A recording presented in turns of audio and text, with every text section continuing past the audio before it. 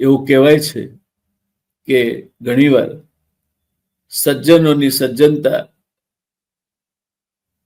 એ એમનું ગુણ છે, પણ સજ્જનોની નિષ્ક્રિયતા એ દુર્જનોની દુર્જનતા કરતા વધારે ખતરનાક હોય છે.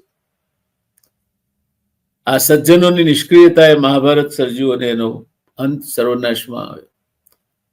એમ ઇઝરાયલ આજે આખા જગતને યુદ્ધ તરફ ખેંચી રહ્યું છે. બીજી બાજુ રશિયા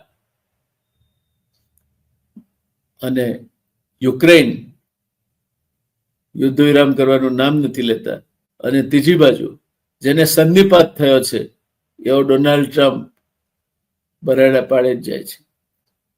ક્યાંક એ ટેરિફની વાત કરે છે તો ક્યાંક એનો ડોળો નોબેલ શાંતિ પુરસ્કાર તરફ છે. મને લાગે છે કે જો ડોનાલ્ડ ટ્રમ્પને નોબેલ પારિતોષિક મળતું હોય શાંતિ માટેનો, તો એનાથી મોટી નોબેલ પારિતોષિકની મશ્કરી બીજી નહીં કોઈ હોઈ શકે, અને એનાથી મોટો કમનસીબ દિવસ બીજો કોઈ નહીં હોઈ શકે. એના જેવી કમનસીબ ઘડી માનવજાત માટે બીજી કોઈ નહીં હોઈ શકે. પણ આજે તો ઉષ્ટ્રાણામ છે ગ્રહે લગ્ન ગર્દભા શાંતિ પાઠકા પરસ્પર પ્રશંસન્તે અહો રૂપમ અહોદની. અત્યારે ઉતના ઘેર લગ્ન ગીત ગવાઈ રહ્યા છે અને શાંતિપાઠ મંત્રોચ્ચાર ગધેડો કરી રહ્યો છે. હોંચી હોંચી હોંચી.